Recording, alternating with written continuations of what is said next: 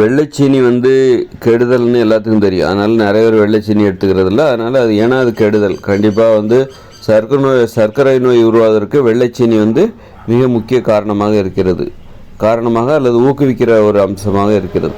வெள்ளைச்சீனி நாட்டு சர்க்கரையை சுத்திகரிக்கிறதுனால, நாட்டு வெல்லத்தை சுத்திகரிப்பதால் வெள்ளைச்சீனி கிடைக்கிறது. இன்னும் பார்த்திங்கன்னா, சரி நாட்டு சர்க்கரை நல்லதுன்னு சொல்கிறாங்க. நாட்டு சர்க்கரையிலையும் பாருங்கள், வெளுப்பாக இருக்கிற, அதான் மஞ்சளாக இருக்கும். சில நாட்டு வெல்லம்லாம் மஞ்சளாக இருக்கும். அதில் நிறைய கெமிக்கல் சேர்க்குறாங்க. கெமிக்கலை சேர்த்து தான் அது மஞ்சளாக மாற்றுறாங்க. அதை இயற்கையாகவே ஒரு நாட்டு வெல்லம் எப்படி இருக்குன்னா, அது ப்ரௌன் கலரில் இருக்கும்.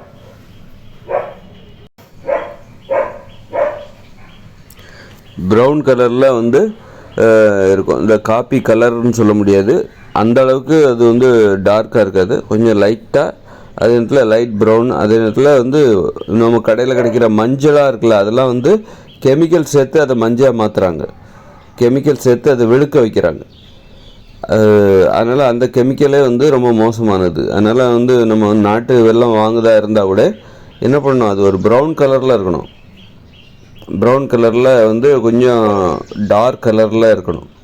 அப்போ தான் அது நல்ல வெல்லம். வெள்ளைச்சீனி என்பது ரொம்ப ஓவராக சுத்திகரிச்சிட்டாங்க. அதை சுத்திகரித்தா அது வெள்ளையாயிடும். சுத்திகரிக்க அது ரொம்ப வெள்ளையாயிடும். அப்படிங்கிறதுக்கு இதுக்கு மேலே வெள்ளைச்சீனி அதுக்கு மேலே சுத்திகரிக்க முடியாது. சுத்திகரிப்போட எல்லை தான் அந்த வெள்ளைச்சீனி. ஒரு சில நாட்டு வெல்லம் மஞ்சளாக இருக்கும், லைட்டாக வெள்ளையாகவும் மஞ்சளாகவும் இருக்கும், பளிச்சுன்னு தெரியும். பார்க்குறதுக்கு அதுதான் சிறந்தது, நல்ல வெல்லம்னு நமக்கு நினைப்போம். அது கிடையாது. அதுலேயே கெமிக்கல் சேர்த்து தான் அதை அந்த மாதிரி மஞ்சளாக மாற்றுறாங்க.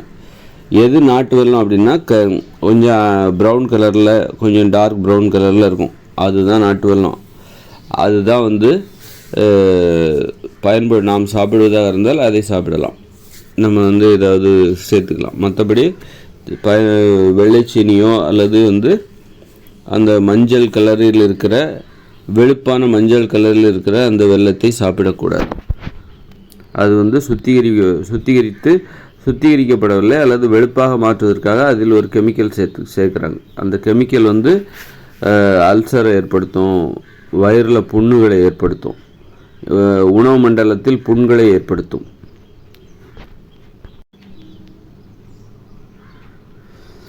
ஒட்டுமொத்தமாக நாட்டு வெல்லத்தை தவிர்ப்பது தான் நல்லதுன்னு எனக்கு தோணுது.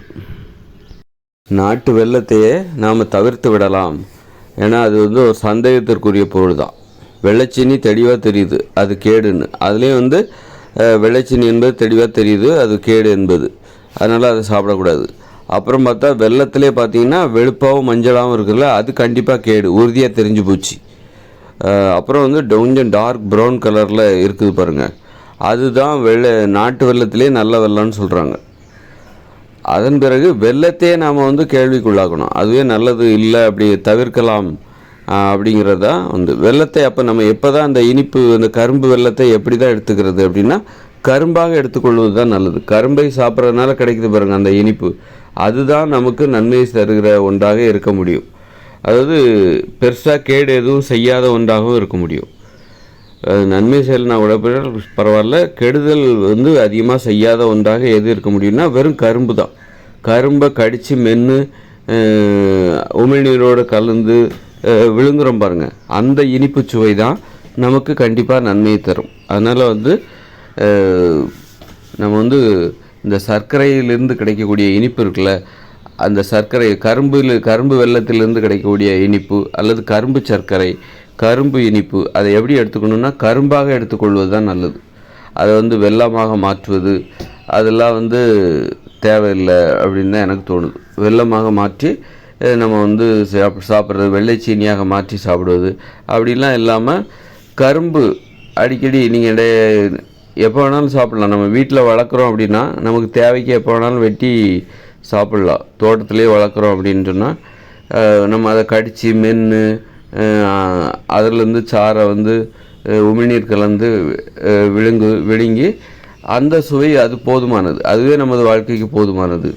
அதை நம்ம எப்போதும் தினந்தோறும் எடுத்துக்க மாட்டோம். அப்படி சாப்பிட்றதுனால நம்ம தினந்தோறும் எடுத்துக்க மாட்டோம்.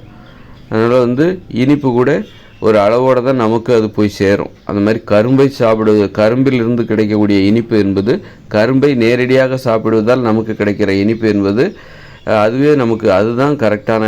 அதை நம்ம எப்படி எடுத்துக்கலான்னா கரும்பாகத்தான் எடுத்துக்கொள்ள வேண்டும். அதை சர்க்கரையாக மாற்றி எடுத்துக்கொள்வது நம்மளை பலவீனப்படுத்தணும்னு தான் நான் சொல்லுவேன். ஏன்னா எதை சாப்பிட்டாலும் ஒரு சர்க்கரையை போட்டு சாப்பிட்றாங்க. வெள்ளைச்சீனி கெடுதல்னு தெரிஞ்சு போச்சு. அப்போ நாட்டு சர்க்கரை சாப்பிடு. எதை எடுத்துக்கிட்டாலும் அதில் ஒரு இனிப்பு, ஒரு பால் குடிக்கிறதா இருந்தால் கூட அதில் ஒரு இனிப்பை சேர்த்துடுறாங்க. இனிப்பை சேர்த்தா தான் அந்த பாலை குடிக்கிறாங்க. வெறுமனே பாலுக்குன்னு ஒரு சுவை இருக்குது. அந்த சுவையை நேரடியாக குடிச்சு பாருங்கள். பாலுக்குன்னு ஒரு சுவை இருக்குல்ல, அந்த சுவையை நீங்கள் நேரடியாக குடிச்சு பாருங்கள். அதில் இனிப்பை கலந்து அதோட சுவையை மாற்றி இப்படி எதை எடுத்தாலும் இனிப்பை கலந்து அப்போது ஒரு பாலோட இயற்கையான சுவையே உங்களால் ஏற்றுக்க முடியல. அதனால தான் இனிப்பை கலக்குறீங்க. இப்படி இனிப்பு என்பது என்னன்னா ஒரு இயற்கையான சுவைகளை அதை மாற்றி உங்களுக்கு இனிப்பாக கொடுப்பதற்கு இந்த இனிப்பு ரொம்ப பயன்படுகிறது. அதனால் இனிப்புக்கு நாம் அடிமையாயிடுறோம். அதனால் இனிப்புக்கு நம்ம அடிமையாகக்கூடாது. அடிமையாகிறதுக்கு என்னெல்லாம் காரணம்? நாட்டு சர்க்கரையாக இருக்குது. நாட்டு சர்க்கரை கூட நம்மளை அடிமைப்படுத்தும். அதனால் என்னென்னா கசப்பு மேலே வெறுப்பு வரும். நம்ம ஒரு இனிப்புக்கு அடிமையாகும்போது, நாட்டு சர்க்கரைக்கு அடிமையாகும்போது என்ன ஆகும் அப்படின்னா நமக்கு கசப்பு மேலே வெறுப்பு வரும். அதாவது ரொம்ப கடினமான சுவையெல்லாம் இருக்குல்ல, சாப்பிட்றதுக்கு நமக்கு கொஞ்சம் சிரமமாக இருக்கும். கசப்பான சுவை ஒரு பாகற்காய் சிரமமாக இருக்கும். அதை சாப்பிட்றதுக்கு சிரமமாக இருக்கும். அப்போ அதெல்லாம் மக்கள் சாப்பிட மாட்டாங்க. எதெல்லாம் சிரமமாக இருக்கோ அதெல்லாம் சாப்பிட மாட்டாங்க. எதெல்லாம் இனிப்பாக ஈஸியாக இருக்கோ அது மாதிரி சாப்பிடுவாங்க. காரணம் அவங்க அடிமைப்படுத்தப்பட்டிருக்காங்க. அந்த மாதிரி இனிப்புக்கு அடிமையாக இருக்கிறதுனால அவங்க மற்ற சுவைகளை நோக்கி போக மாட்டாங்க. சில சுவை, நல்ல சுவையெல்லாம் சாப்பிட்றதுக்கு கஷ்டமாக தான் இருக்கும். அதை சாப்பிட்டா தான் உடம்புக்கு நல்லதே நடக்கும். ஆனால் மக்கள் அதை நோக்கி போக மாட்டாங்க. அது காரணம் அவங்க இனிப்புக்கு அடிமையாகி கிடக்கிறாங்க. இனிப்புக்கு அடிமையாக இருப்பது என்பது நிறைய நல்ல சுவைகளை நம்ம எடுத்துக்கிறதுக்கு தடையாக இருக்கும். இப்போ நிறைய நல்ல சுவையெல்லாம் வேப்பங்குழந்து இருக்குது. அதெல்லாம் வாரத்தில் ஒரு நாள் 2 நாள் சாப்பிட்லாம். நிறைய கீரைகள்லாம் இருக்குது. பச்சையாக சாப்பிட்ற நிறைய கீரைகள் இருக்குது. வித்தியாசமான நிறைய சுவைகள்லாம் இருக்குது. நம்ம அதெல்லாம் எதையுமே தேடாமல் இருக்கிறதுக்கு என்ன காரணம்னா இனிப்புக்கு அடிமையாக இருக்கும். காலை மாலை டீ காஃபின்னு சொல்லி அதில் சர்க்கரையை எதையோ ஒன்று போட்டு கலந்து குடிக்கிறோம். அப்போ இந்த நாட்டு சர்க்கரை கூட நம்மளை அடிமைப்படுத்தும் போது நல்ல சுவைகளை நோக்கி நம்ம போக மாட்டோம். நம்ம மனசை என்ன பண்ணோம்? நல்ல சுவைகளை நோக்கி போக மாட்டோம். நல்ல சுவைகள் நமது உடல் ஆரோக்கியத்திற்கு மிகவும் உதவியாக இருக்கும். எப்போ எடுத்தாலும் இனிப்பை கலந்து சாப்பிடும்போது என்னாகும் அப்படின்னா உடல் பருமன் அதிகரித்து விடும். இனிப்பு என்பது உடலை பருமனாக்கும், பெருக்கும், தசைகளை பெருக்கக்கூடியது இனிப்பு என்பது. அதனால் இனிப்புங்கிறது நமக்கு தேவையான இனிப்புங்கிறது வேறு வழியில் நிறைய. ஒரு வாழைப்பழம் சாப்பிட்றோம், அதில் இனிப்பு இருக்குது. கொய்யாப்பழம் சாப்பிட்றோம், அதுலேயும் இனிப்பு இருக்குது. இது போதுமா? இதுதான் கரெக்டான இனிப்பு. இந்த நாட்டு சர்க்கரையிலேருந்து கிடைக்கிற இனிப்புக்கு இப்போ வாழைப்பழத்துக்கு யாரும் அடிமையாக மாட்டாங்க. கொய்யாப்பழத்திலேருந்து கிடைக்கிற இனிப்புக்கு யாரும் அடிமையாக மாட்டாங்க. ஆனால் அந்த நாட்டு சர்க்கரை இது அடிமைப்படுத்தக்கூடியது. எதை சாப்பிட்டாலும் ஒரு ஜூஸ் போட்டு அதில் நாட்டு சர்க்கரையை போடுறது, அதில் வெள்ளைச்சீனி போடுறது, இப்படி இந்த மாதிரி நாட்டு சர்க்கரையை நம்மளை அடிமைப்படுத்தக்கூடியது. அதனால் அதை நீங்கள் எடுக்கிறது தான் நல்லது. அது உணவு செரிமானத்திற்கு கண்டிப்பாக தடைகளை ஏற்படுத்தும், மலச்சிக்கலுக்கு வழிவகுக்கும், உடல் பெருக்கத்திற்கு, தசை பெருக்கத்திற்கு, உடல் பருமனுக்கு காரணமாக இருக்கும். அதனால் நாட்டு சர்க்கரை, வெள்ளைச்சீனி இதை முற்றிலும் தவிர்ப்பது நல்லது. கரும்பாக சாப்பிட்றது நல்லது. கரும்பை கடித்து மென்று துப்பி சாரை சுவைத்து சாப்பிட்றோம்ல, அதுதான் சரி. அதுதான் கரும்பிலிருந்து கிடைக்கக்கூடிய இனிப்பை நாம் பெறுகிற ஒரு வழிமுறை. அதில் உமிழ்நீர் கலந்து நம்ம அதை விழுங்குகிறோம். பற்களுக்கு பயிற்சி கிடைக்குது. முகங்களுக்கு நல்ல பயிற்சி கிடைக்குது. கரும்பை மென்று துப்பும்போது பற்களுக்கு பயிற்சி, தாடைகளுக்கு பயிற்சி, முகத்தில் உள்ள அனைத்து உறுப்புகளுக்கும் நல்ல ரத்த ஓட்டம் போகும், வலிமை அடையும். அதனால் நம்ம டெய்லி கரும்பு சாப்பிட்டே இருக்க மாட்டாங்க, வாரத்தில் ஒரு நாள். அப்போ அதில் தேவை என்பது தேவையான அளவு மட்டும்தான் அதில் கிடைக்கும். அதுதான் நம்முடைய தேவையாக இருக்குது. நீங்கள் கரும்பு வெல்லத்தை நாட்டு சர்க்கரையாக மாற்றி அதை சாப்பிட்டிங்கன்னா டெய்லி சாப்பிட்டே இருப்பீங்க. டெய்லி 2 வேளை 3 வேளைன்னு சாப்பிட்டுட்டு இருப்பீங்க. நாட்டு சர்க்கரை கரும்பு வெல்லத்தை அதாவது கரும்பிலிருந்து வெல்லம் எடுத்து சாறு பிழிந்து அதை வெல்லமாக மாற்றி நாட்டு சர்க்கரையாக மாற்றி அல்லது வெள்ளைச்சீனியாக மாற்றி சாப்பிடும்போது நீங்கள் டெய்லி 2 வேளை 3 வேளை எப்போ பார்த்தாலும் காப்பி டீ குடிக்கும்போது போட்டு சாப்பிட்டுட்டே இருப்பீங்க. அதை விட அப்போ அது நமக்கு அளவுக்கு அதிகமான ஒரு இனிப்பு நம்ம உடம்புல போய் சேருது. அதை விட நீங்கள் கரும்பையே கடித்து சாப்பிட்றீங்க அப்படின்னா கண்டிப்பாக டெய்லியெல்லாம் கரும்பு 2 வேளைலாம் சாப்பிட மாட்டீங்க. ஒரு வாரத்தில் ஒரு வாட்டி வேணால் உங்களுக்கு சாப்பிட தோணும், அல்ல ஒரு மாதத்தில் ஒரு வாட்டி, அல்ல வருஷத்தில் ஒரு 10 நாள், இந்த மாதிரி தான் சாப்பிட தோணும். அப்போ அதுதான் நமக்கு தேவை.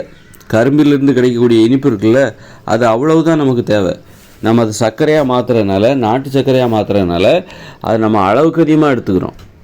அளவுக்கு அதிகமாக எடுத்து அது நம்ம உடம்புல நோய் வர்றதுக்கு அது காரணமாக இருக்குது.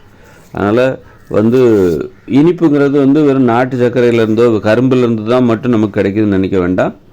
இனிப்புங்கிறது பழங்கள் அனைத்திலிருந்தும் கிடைக்கிறது.